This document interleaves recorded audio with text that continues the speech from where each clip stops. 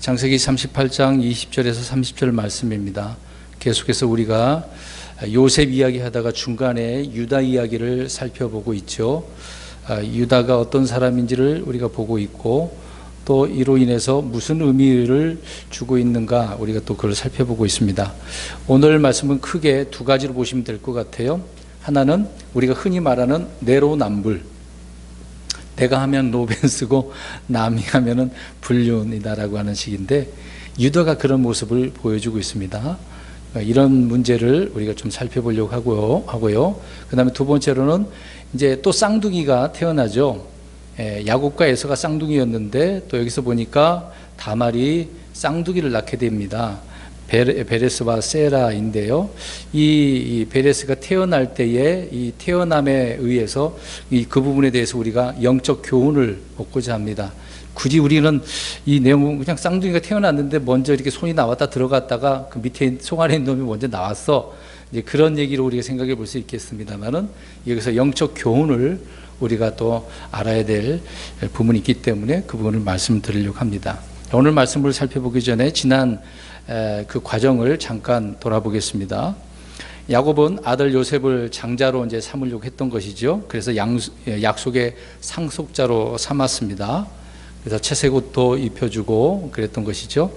아브라함, 이삭, 야곱, 요셉으로 그래서 이렇게 상속이 이어지도록 야곱이 그렇게 했던 것이죠. 자기 딸에는 그것이 옳을 것이라고 생각했기 때문에 그렇습니다. 그러나 유다는요, 형제들과 더불어서 다 죽이려고 했는데 유다가 요셉을 어떻게 하자고 그랬습니까?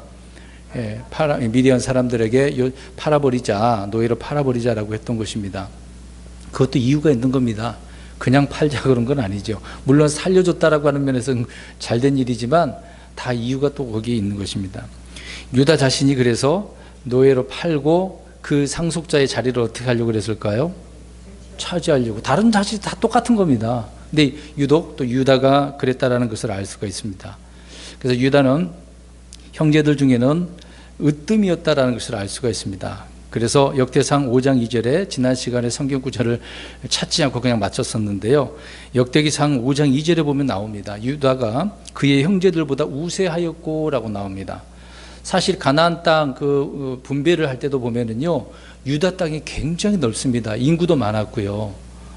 굉장히 많았습니다. 그럼에도 불구하고 나중에 가나안 땅에 들어가서 여호수아에게 우리 땅 더 필요하다고 요구하잖아요. 자기들이 쟁취해 빼앗아야 되는데 그러지도 않고, 싸우기는 싫고 그냥 편안하게 더 땅을 차지하고 싶어서 그런 요구까지 했던 것인데, 아무튼 유다는 12지파 중에서 가장 우세했다라고 성경은 이렇게 역대상에서 기록을 하고 있는 것처럼, 이 유다가 이렇게 상속자의 그 통치자의 위치를 차지하려고 했다는 것을 알 수가 있습니다. 야곱도 유다에 대해서 그래서 창세기 49장 9절에 보면 유다는 사자 새끼로다 이렇게 말합니다. 이제 사자라고 표현하고 있는 거죠. 그만큼 힘이 강하다, 우세하다라고 하는 그런 의미로 말씀을 하고 있습니다. 그래서 통치자, 지휘자의 그런 기질과 힘이 유다에게 있었기 때문에 이런 표현을 성경은 기록을 해주고 있다는 것입니다. 그러니까 요셉이 없는 그 빈자리를 누가 차지하는 거죠? 유다가 하려고 했다는 것을 알 수 있습니다. 아무튼 유다는 자기 형제들로부터 지난 시간에 떠나서 가나안 사람 아둘람이라고 하는 사람을 만나게 되어지고 친하게 지내게 되어지죠. 거기서 가나안 여자를 취해서 아내로 삼고 아들 셋을 낳았습니다. 또 거기에서 그렇게 살면서 목양일도 했던 것이죠. 그래서 목자로서 양떼를 먹이기도 했던 것이죠. 유다는 요셉을 판 후에 자기 인생을 그렇게 쭉 살아갔습니다. 그냥 세상으로 나갔다라고 하는 의미죠. 형제들을 떠났다는 것입니다. 스스로가. 그것은 이제 그 자기가 이제 죄에 대해서 회피하기 위한 그런 부분이라고 말씀드렸던 것이죠. 아무튼 그렇게 살고 그렇게 살고 있었는데, 저번에 말씀드린 것처럼 그렇게 떠나가서 어떤 비통함이나 회개함이나 하나님 앞에 부르짖어 기도한다거나 단을 쌓다거나 그런 것이 있었습니까? 전혀 없었습니다. 자기 조상들하고는 거리가 먼 유다의 그런 모습들을 보았던 것이죠. 그리고 또 조상들과 달리 어느 여자를 취했습니까? 가나안 여자를. 조상들은 아브라함, 이삭, 야곱은 어디에서요? 자기 친족 가운데서 바다나람 그쪽에 하란으로 갔던 것이죠. 근데 유다는 그렇지 않았다는 겁니다. 어떤 성경적으로 보면 이거는 잘못된 것이었던 거죠. 가나안 땅에 있는 그 족속들과 결혼을 해서는 절대 안 되는데, 아무튼 유다는 그렇게 살았다고 말씀을 하고 있습니다. 그런데 장자 애를 상속자로 삼아서 이제 아내를 또 구해주게 되어지고 다말을 구해줬는데, 엘이 왜 죽었다고 그랬습니까? 주의 눈앞에서 사악했기 때문에. 그 사악함은 세 가지로 말씀드렸잖아요. 무엇이었습니까? 기억나시나요? 우상숭배, 살인, 음행, 이 세 가지죠. 그러니까 가나안 땅에서 그렇게, 아버지가 그러니 뭐 자식들도 보고 배운 게 또 가나안 족속들과 그렇게 섞여서 살고 있었으니 그렇게 살 수밖에 없었던 것이겠죠. 이때 유다는 둘째나 셋째를 상속자로 삼지를 않고, 엘이 죽으니까 장자의 씨를 일으킬 것을 그냥 명령만 한 것입니다. 그냥 둘째에게 너가 상속자 되라 그렇게 해야 되는데 그렇지 않았다는 것이죠. 그래서 둘째 아들이 어떻게 했습니까? 자기 형 속에 들어가긴 했습니다만은 씨를 바닥에 그냥 쏟아버린 것 아니겠습니까? 그래서 하나님께서 이것도 악하다고 하셔서 둘째 오난을 죽여버리게 됐던 것이죠. 아무튼 오난도 역시 그렇게 죽임을 당했기 때문에 이제 셋째가 그 씨를 이어가야 되는데 너무 어리기도 하고 죽을까봐, 그래서 이제 유다가 다말에게 주지 않고 자기 친정으로 가게 만들었던 것이죠. 참 어떻게 보면 유다도 나름대로 생각하고 그렇게 했던 부분이 있겠습니다만은 며느리에 대해서 좀 잘못된 생각하는 것들이 많이 있었던 것 같아요. 아무튼 씨를 계속해서 이으려고 씨에 대한 관심이 있긴 있습니다만은 더 친밀하지 못했다라는 것을 알 수가 있습니다. 그럼에도 뭐 오난은 아버지의 명령도 어기게 되어지고 씨를 주지 않으니까 이제 며느리의 입장에서는 좀 괴로운 거죠. 얼마 동안 이렇게 이렇게 얼굴 보지 않고 있었는지 모르겠습니다만은 굉장히 다말의 입장에서는 괴로웠을 거예요. 왜 그러냐면 아내가 되었다고 한다면 항상 여자들은 어떻게 생각합니까? 자녀를 낳아야 되는 거거든요. 안 낳으면은 그 당시에 족속들이 얼마나 비방을 했겠어요. 우리나라도 마찬가지잖아요. 결혼했는데 자식을 못 낳으면 조롱거리를 얻게 되어지죠. 그런 재료가 되는 것입니다. 아무튼 씨에 대한 문제가 중요하다는 것을 알 수가 있는 부분이라는 것을 우리가 보게 되어지죠. 아브라함의 아내 사레, 그때 이제 씨에 대한 문제를 잠깐 더 말씀드린다면, 씨에 대해서 사람들이 우습게 알면 하나님은 반드시 어떻게 합니까? 다른 건 좀 유보할 수도 있는데 유독 씨에 대한 문제만 하나님 어떻게 다루신다 그랬어요? 즉각적으로 심판을 다루십니다. 아브라함이 파라오 또 아비멜렉 때도 그렇지 않았습니까? 사라를 빼앗길 뻔했잖아요. 잘못하면 섞일 수가 있기 때문에 즉각적으로 어떻게 하나님께서 꿈으로도 나타나셔서 말씀해 주시잖아요. 안 된다고. 또 그리고 그 다음에 우리가 룻도 우리가 알 수 있지 않겠습니까? 근데 룻하고 우리가 좀 비교를 한번 해보았으면 좋을 것 같네요. 룻은 남편이 죽었을 뿐만 아니라 남편의 형제도 이제 죽었잖아요. 자식이 없이 이제 죽은 남편에게 씨를 일으키려 해도 룻에게는 어떻게 할 수가 없잖아요. 그런 경우에는 어떻게 하나님이 이어가게 하십니까? 먼 친척을 또 찾아서 하나님은 그렇게 이어가게 하시잖아요. 그래서 이제 보아스를 통해서 그 씨를 나중에 이제 이어가게 되는 것을 보게 되어집니다.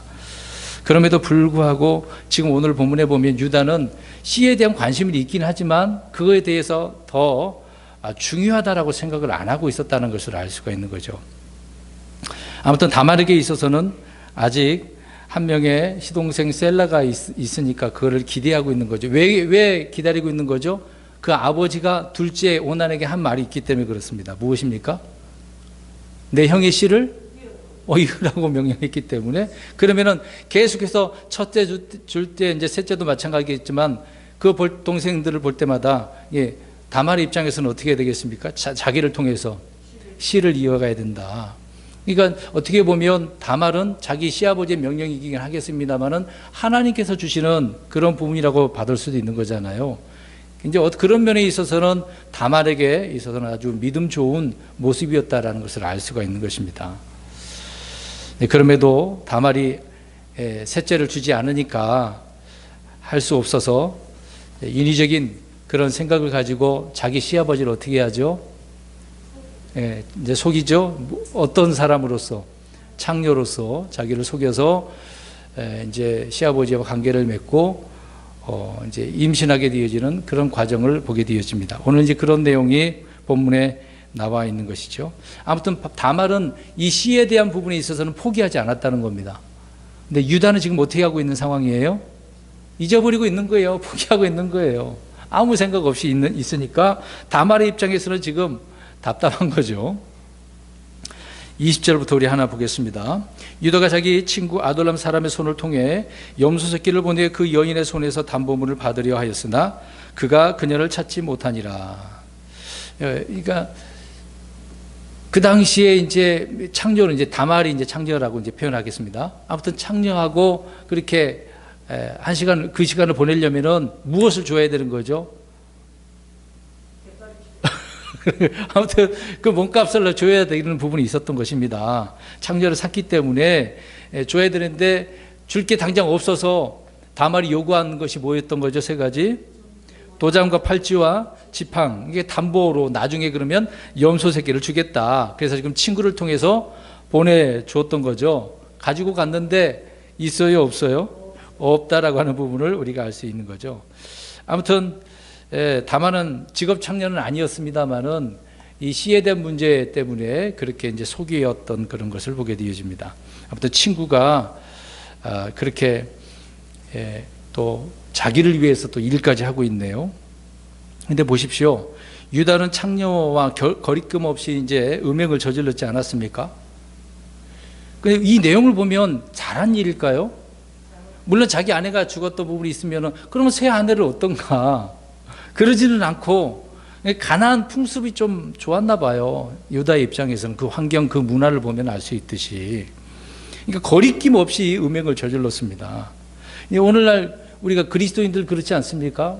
구원을 받았는데 말씀대로 산다고 하는데 그렇다고 완벽하게 사는 자가 어디 있겠어요? 이런 일을 행하는 사람은 크리스찬들 많이 있지 않습니까? 이거는 외국에는 그런 상관 안 하는 부분도 있겠습니다. 술이나 담배 같은 경우 있지 않습니까? 그리스도인으로서 이거는 좋은 모습이 아니죠. 이런 음행이나 거짓말이나 탐욕 같은 경우에 거리낌 없이 행합니다. 그러니까 그런 일을 행하면서 아무런 죄책감이 없어요. 양심에 막 찔림이 없는 사람들도 있습니다. 그러나 어느 정도 주님과 항상 관계를 갖고 있는 분들은, 기도하고 계신 분들은 조금이라도 내가 뭔가 잘못하면 어때요? 막 심장이 떨리고 하나님 앞에 부끄럽고 괴롭잖아요. 기도해서 주님 앞에 용서받고 싶고 그래 당장 기도하고 그런 면이 있는 반면에 어떤 분들은 그렇지 않는다는 겁니다. 유다처럼 거리낌 없이 죄책감이 없이 살아가는 분들도 있다라고 하는 것이죠.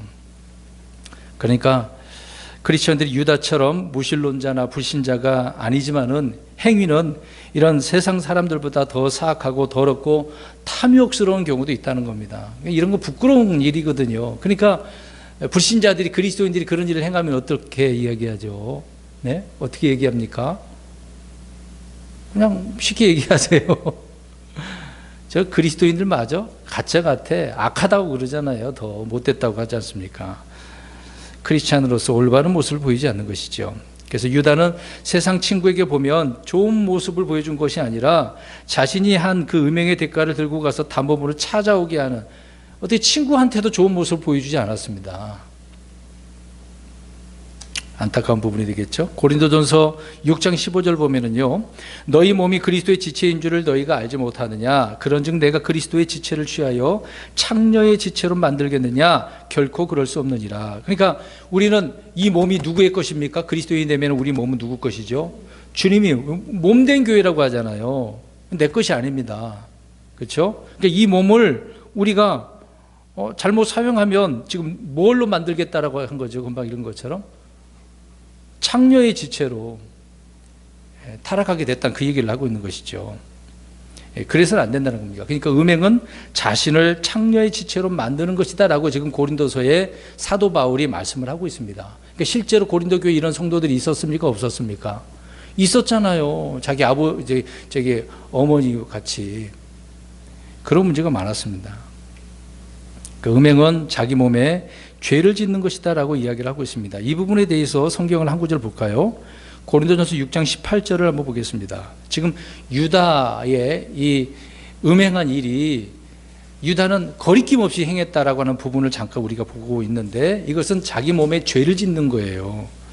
고린도전서 6장 18절 시작.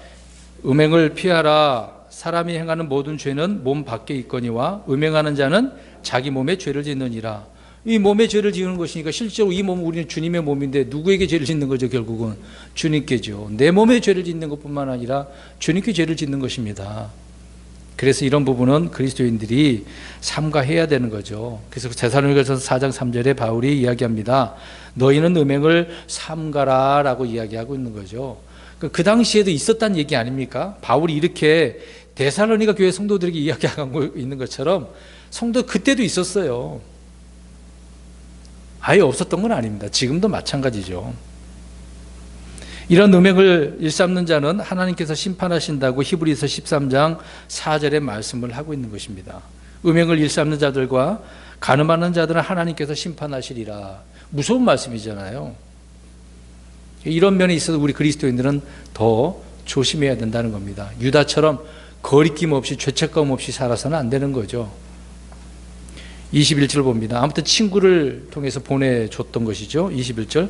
이에 그가 그곳 사람들에게 물어 이르되 길가에 드러내놓고 있던 그 창녀가 어디에 있느냐 하니 그들이 이르되 이곳에는 창녀가 없었느니라 하며 참 희한한 문제가 생겼습니다. 분명히 유다가 갔을 때는 창녀였는데 친구가 가서 물어보니까 그곳에는 창녀가 없다. 그러니까 어떻게 보면 그 지역은 깨끗한 지역이죠.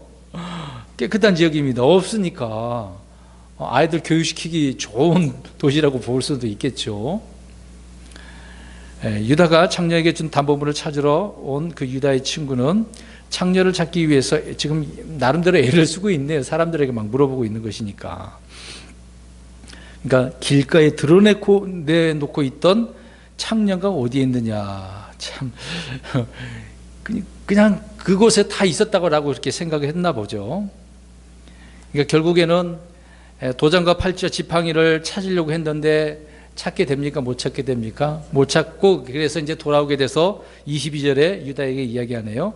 그가 유다에게 돌아와 이르되 내가 그녀를 찾을 수 없고 그곳 사람들도 말하기를 이곳에는 창녀가 없었느니라 하더라 하니. 결국은 몸값을 지불하고 담보를 찾아와야 되는데 그러지 못했으니까 유다는 이제는 어떻게 보면 속임을 당했다라고 볼 수도 있겠죠. 계속해서 23절 보겠습니다. 간단한 내용이니까요. 유다가 이르되 그녀가 그것을 갖게 하라. 우리가 부끄러움을 당할까 염려하노라. 보라 내가 이 염소 새끼를 보내었으되 그대가 그녀를 찾지 못하였느니라 하니라. 자, 여기도 보니까 이제 유다가 부끄러움이 있네요. 자, 그러면 여기에 말하는 이 부끄러움은 어떤 부끄러움일까요?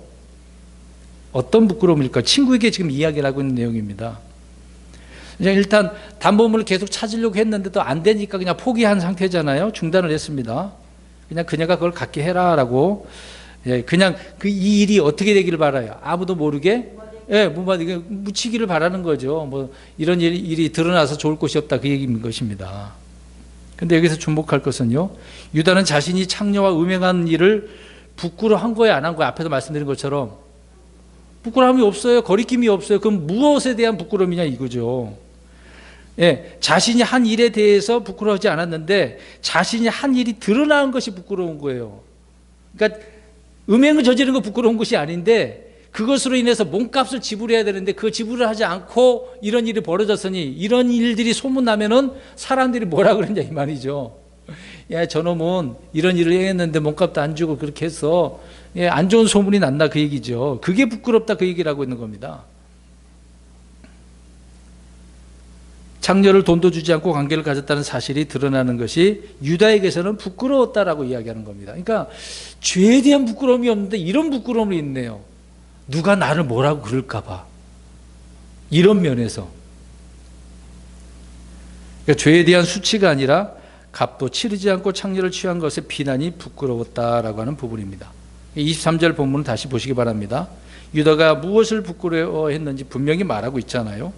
창녀의 몸값으로 염소 새끼를 보내었는데 합의한 그 금액을 정상에 집으려고 했는데 그러지 못했으니까요. 결과적으로 그렇게 되고 말았던 것이죠. 24절 보겠습니다. 석 달쯤 뒤에 어떤 이가 유다에게 구하여 이르되 내 며느리 다말이 창조짓을 행하였고 또 보라 또 행음하여 아이도 배웠느니라 하니 유다가 이르되 그녀를 이끌어내어 불태우라 하매. 자, 앞에서 말씀드린 것처럼 음행을 부끄러워하지 않은 자가 자기 며느리가 지금 어떤 상태가 됐다고요? 음행을 해가지고 아이도 배웠다고 하니 끝에 어떻게 해요? 불태우라고. 그래서 네 글자로 뭐라고요? 내로남불이잖아요. 자기가 하면 로맨스고 남이 하면 불륜이니까. 과부로 지내고 있는 상황에서 임신했다는 소식이 들려오니 유다가 가만히 있지 못하는 거죠. 근데 여기서 보십시오. 사람들이 지금 누군가 본 거예요. 소문이 돌았는지 어땠는지 누군가 유다에게 이야기해 줬잖아요. 친정에 가 있었는데 지금 막 입덧을 했는지 어땠는지 모르겠습니다만 아무튼 누군가 알아봤단 말입니다. 근데 이때 사람들은요, 자신이 본대로 생각하고 판단한다는 겁니다. 그러니까 이런 내용을 사람들은 알아요, 몰라요? 모르죠. 유다도 알아요, 몰라요? 모르고 있습니다. 그러니까 이런 상황을 보면 사람들은 나름대로 추측하고 상상을 해가지고 판단을 내리게 되는 것입니다. 본 적도 없잖아요. 본 적도 없는데 그렇게 했어. 소문을 내는 거죠. 아무튼 그런 소문이 나서 어떻게 알게 됐든지 유다에게 보고를 하고 있는 거죠. 아무튼 창녀짓을 했다는 것을 본 적은 없지만 사람들은 다말이 어떤 짓을 했다고요? 창녀짓을 해서 아이를 배웠다. 참, 사람들은 재판하기도 전에 이미 판결을 내려놓는 경우가 이렇게 있습니다. 그냥 보고서 그렇잖아요. 사실 우리 그리스도인들 조심해야 됩니다. 그냥 보다가 내 손에 보는 순간 저랬을 거야, 이랬을 거야. 사실도 모르면서 우리 그래서는 안 되는 거거든요. 자, 이런 판단은 어떻게 보면 맞을 수도 있어요. 틀릴 때도 있고요. 다말은 아이를 배웠다는 사실은 그 사실은 사실이에요, 사실이 아니에요? 사실이죠. 그러나 창녀짓을 했는지 행음을 했는지 사람들의 생각이 그게 올바르지 않는다는 얘기죠. 그건 사람들의 판단이니까. 아무튼 유다는 즉시 끌어내어 불태우라고 명령을 합니다. 유다는 자신의 죄에 대해서는 관대하네요. 나는 이런 짓을 해도 된다고 생각을 하고 있었던 거죠. 그러나 남의 죄에 대해서는 냉혹한 판단을 내리고 있습니다. 자신은 형제 요셉을 팔았고 창녀를 샀고 며느리가 창녀짓을 했다는 것은 용서할 수 없는 죄라고 생각했던 거죠. 여기서 많은 사람들이 이런 문제가 생긴 것입니다. 그러니까 이런 모습을 보면 이제 이중 잣대라고 봐야 되겠죠. 이중 잣대. 남들을 정죄할 때는 흔히 이제 우리가 유대인들의 입장에서 보겠습니다. 모세의 율법을 가지고 이래서 너 잘못된 거야라고 들먹이잖아요. 그러나 자신의 죄에 대해서는 어떨까요? 내가 그런 죄를 보면은 모세의 율법이 이러니까 이런 게 아니라 주님 어떻게 해달라고 그러는 거예요? 은혜를 내려주세요. 주님은 사랑이 많으신 분 아니십니까? 이게 이중잣대잖아요. 남을 볼 때는 하나님 저 사람 심판해 줘야 되는 거 아닙니까? 근데 내가 죄를 지었을 때는 용서해 달라고 하잖아요. 왜 남에 대해서 그러면 남이 잘못했으면 하나님 저 사람 용서해 주세요. 불쌍히 여겨주세요. 깨닫게 해주세요. 그래야 되는데 그렇게 않는다는 게 문제잖아요. 그러니까 이중잣대를 갖는다 그 얘기입니다. 다시 말씀드립니다. 그래서 유다는 죄와 불법에 대해서 나와 자신과 남과는 다른 이중잣대를 가지고 있었다. 이게 사람이라는 겁니다. 우리도 이런 면에 있어서는 조심해야 되는 것이죠. 우리는 일상에서 늘 이런 것들을 보고 듣고 있습니다. 그래서 내가 하면 관행이고 남이 하면 불법이고 내로남불 그런 이야기들을 많이 하잖아요. 25절입니다. 그녀가 끌려 나아갈 때에 자기 시아버지에게 사람을 보내 이르되 이 물건들의 임자로 말미암아 내가 아이를 배었나이다 하고 또 이르기를 원하건대 이 도장과 팔찌와 지팡이가 누구의 것인지 식별해 주소서 하니. 다말은 이런 상황을 이미 대비하고 있어요. 자기 시아버지가 어떤 사람인지를 알고 있는 거죠. 그러니까 미리 뭘 달라고 했어요? 증표가 뭐예요? 도장, 팔찌, 지팡이. 예? 그러니까 이럴 때를 대비를 하고 이런 상황을 준비하고 있었던 것이죠. 그래서 그것을 딱 보내면서 이걸 식별해 주세요라고 말을 건네게 되는 것입니다. 그러니까 원인 제공자는 누구예요? 이렇게 한 사람은 유다잖아요. 그러면 이제 보겠습니다. 유다가 아무튼 며느리를 다말을 어떻게 하라고 그랬습니까? 불태우라고 그랬어요. 그러니까 다말이 한 일이 불태울 그런 일이라고 한다면 유다는 어떻겠습니까? 그러면 그렇죠. 자기도 불태워 죽어야 되는 거예요. 똑같은 입장이 되는 거지 않습니까? 다말을 죽이겠다라고 한다면 자신도 죽어야 되는 그런 상황이긴 한 거죠. 아무튼 그 증표를 통해서 유다의 입을 막아버렸고 다말은 창녀짓이나 음행을 한 것이 아님을 스스로 변호하고 입증했습니다. 사실 음행이긴 한 거잖아요. 시를 보존하기 위해서 그걸 이어가기 위해서 했기 때문에. 이것은 옳은 방법입니까? 아닙니까? 사실상 아니에요. 그 시를 이어가는 것은 명백한 사실이긴 하는데 이런 방법은 옳지 않다. 그럼에도 하나님은 어떤 방법으로 자신의 뜻을 이루어 가시죠? 26절 보겠습니다. 유다가 그것들을 알아보고 이르되 그녀가 나보다 더 이로도다. 이는 내가 그녀를 내 아들 셀라에게 주지 아니하였기 때문이로다 하고 다시는 그녀를 또 알지 아니하였더라. 세 가지 증표를 알아보고 더 이상 다말에 대해서 안 좋게 이야기하지 않습니다. 이 애가 좀 간교하네. 이런 애였어. 그런 게 아니라 그런 반응이 전혀 없잖아요. 뭐라고 표현합니까? 나보다 더 의롭다. 더 의로웠다. 이야기를 하고 있습니다. 그러니까 이제 스스로가 자기가 죄인이라는 것을 인정한 꼴이 되었던 것이죠. 그 말로 표현한다면요. 그러니까 여기서 유다나 다말이나 의에 관해서 논하자면요, 누가 낫고 누가 못하고 이런 논할 가치가 있지 않는 거죠. 뭐 그거 두 사람 다 똑같은 건데요. 그런 형편은 소용없습니다. 그래도 굳이 따진다고 한다면 씨를 얻기 위해서 이런 창녀짓을 한 다말이 창녀인 줄 알고 다말을 취한 자신보다는 더 의롭다라고 하는 그런 의미로 지금 유다는 이야기를 해주고 있는 것이죠. 둘 다 똑같긴 하는데 그나마 이게 의롭다라고 하는 것입니다. 아무튼 모든 원인은 유다의 자기 자신이었다라는 것을 인정하고 있는 것이죠. 그러니까 어떻게 보면 성경은 씨에 대한 이야기가 예수님 때까지 계속 이어지고 있는데, 그러니까 예수님이 이 땅에 오시기 이렇게 씨로서 여자의 씨로서 나오시기 전까지는 어떻습니까? 이런 과정이요? 순탄치가 않아요. 계속해서 열왕 시대 그 시대에도 이 왕족을 없애려고 핍박을 하고 있지 않습니까? 계속해서 보겠습니다. 27절, 28절 읽겠습니다. 그녀가 해산할 때 보니 그녀의 태에 쌍둥이가 있더라. 그녀가 해산할 때에 한 아이가 자기 손을 내밀매 산파가 이르되 이 아이가 먼저 나왔다고 그의 손을 잡아 주홍색 실로 그의 손을 메었더라. 이제 시간이 지나서 태에 쌍둥이가 있다라고 하는 사실을 이야기해 주고 있네요. 아무튼 임신했고 나중에 출산하려고 보니까 쌍태였다고 이야기를 하고 있습니다. 아무튼 산파가 이 일을 받아주고 있는데 산모의 해산을 도우고 아이를 받고 있는데 아이가 먼저 나오네요. 근데 얼굴이 먼저 나온 것도 아니고 손이 먼저 나왔어요. 자, 이제 보세요. 둘이 있는데 한 아이가 먼저 손을 내밀었어요. 오른손인지 왼손인지 모르겠습니다만은 아무튼 손을 내밀으니 산파가 그 손에다가 어떻게 했습니까? 주홍색 실로. 그러니까 장자 차자를 구분하는 거잖아요. 쌍둥이면 구분 못 하잖아요. 그러니까 그걸 구분하기 위해서 하긴 했단 말이죠. 비슷하니까.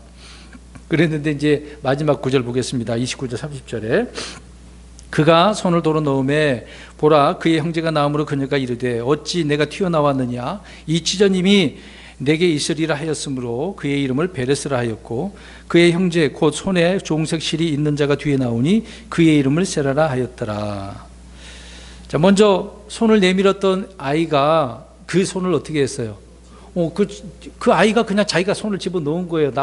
손 나와서 머리도 나오고 나와야 되는데 안 나오고 손을 집어넣었단 말이죠. 그러면 그 안에 있던 두 번째 나와야 될 그 애가 어떻게 해버린 거죠? 먼저 나와버렸어요.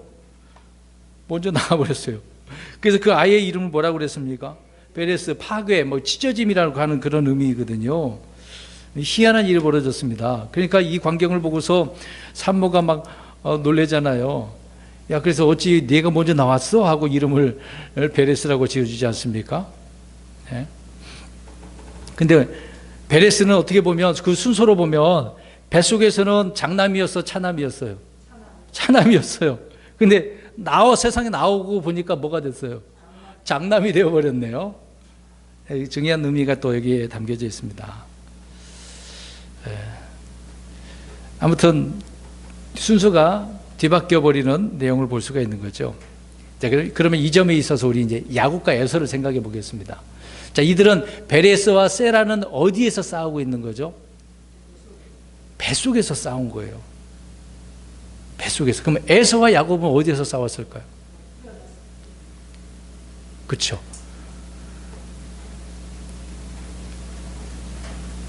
근데 바깥에서 나와서 싸웠긴 했습니다만은 에서 야곱도 뱃속에서 안 싸웠나요? 싸웠잖아요. 서로 나오려고 했던 거 아닙니까? 안에서도 싸우고 바깥에도 싸우긴 했습니다.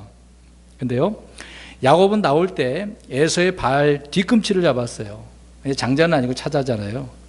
근데 베레스는 아예 세라를 잡아서 뒤로 젖히고, 어떻게 보면 그런 장면이 나오지는 않지만 자기가 먼저 나온 거잖아요. 야곱은 태어난 후에 장자권을 회복했습니다마는 베레스는 태 속에서 이미 어떻게 한 거죠?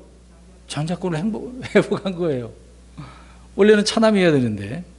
그러니까 에서와 야곱, 세레스와 베레스는요, 뱃속에서 치열한 다툼과 싸움이 있었다는 겁니다. 근데 그게 나오고 나서가 다르다는 거예요.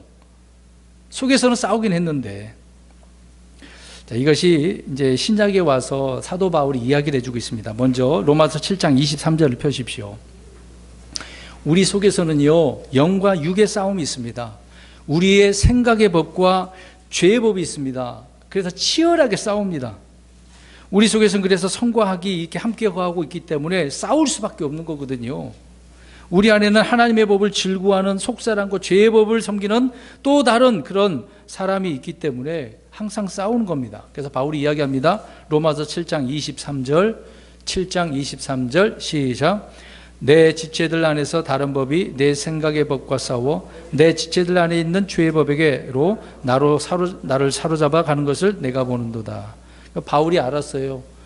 예수님 믿기 전에는 몰랐는데 믿고 나서 보니까 자기 자신이 어떤 줄, 또 속에 주님의 법이 있어서 의의 법이 있긴 하는데 내 속에 또 이 죄의 법이 있단 말이죠. 그러니까 계속해서 다른 법과 내 생각의 법이 어떻다고요? 싸워요. 겉에서 싸워요? 속에서 싸워요? 속에서 싸워요. 자, 그럼 중요한 부분입니다. 속에서 싸워서 이기고 나와야 돼요? 지고 나와야 돼요? 이기고 나와야 된다는 겁니다. 이게 다른 거예요. 야곱과에서 베레스와 세라가 이게 달라요. 베레스는 지고 나온 거예요? 이기고 나온 거예요? 이기고 나온 거잖아요. 그럼 야곱은요? 지고 나온 거잖아요. 그래서 나와서 또 그렇게 싸우는 겁니다. 우리는 이런 싸움을 그리스도를 통해서 늘 싸우고 승리해야 되는 거죠. 쳐서 복종시키고 이기고 이겨야 되겠죠. 베레스처럼 태안에서 승리하면 나와서도 편한 겁니다. 지고 나오면 계속해서 이거를 내가 차지해야 되니까 싸워야 되는 거거든요. 말씀드린 것처럼 야곱처럼 태안에서 승리하지 못하면 인생에서 많은 고난과 시련을 통해서 장자권을 회복해야 된다, 그 얘기입니다. 이게 영적 교훈입니다. 실제 우리가 그런 게 아니라 우리 그리스도인들은 이제 영적인 싸움을 해야 되기 때문에 그렇습니다. 혈과 육의 싸움이 아니잖아요. 그런 찬송도 우리가 부르지 않습니까? 영적인 싸움이기 때문에 그래요. 그래서 우리는 속에서 또 마음에서부터 승리하는 성도들이 되어야 됩니다. 그래야 우리의 육적인 싸움도 쉽게 이겨낼 수가 있는 거거든요. 나도 이기지 못하고 어떻게 세상에 나가서 이길 수가 있겠습니까? 육신의 그 일들을 아말렉을 무찔러야 되는 것처럼, 아말렉은 육신을 상징한다고 말씀드리지 않았습니까? 그러니까 베레스와 세라의 출생을 통해서 이런 영적인 교훈을 우리가 얻을 수 있는 것이죠. 그래서 우리는 속사람이 속에서 다른 법과 잘 싸워야 된다. 속에서 이기면 겉에서도 승리하며 살 수 있다는 것이죠. 그 전에 또 한 가지 이제 결론적으로 정리한다면, 유다는 어떤 삶을 살았습니까? 내로남불의 삶을 살았습니다. 자기는 죄를 지어도 아무렇지 않는, 죄책감이 없는 그런 삶을 살았습니다마는 남이 죄를 지으면 분노하고 저주하고 심판해야 된다, 죽여야 된다, 불태워야 된다라고 하는 그런 사람이었다는 거죠. 이런 우리는 이중자 때의 삶을 살아서는 안 된다는 겁니다. 항상 하나님의 말씀을 통해서 나 자신을 먼저 살피고 내가 어떤 사람인지를 알고 올바른 삶을 살아가는 저와 여러분 되시기를 주의 이름으로 축원합니다. 아멘. 기도하겠습니다.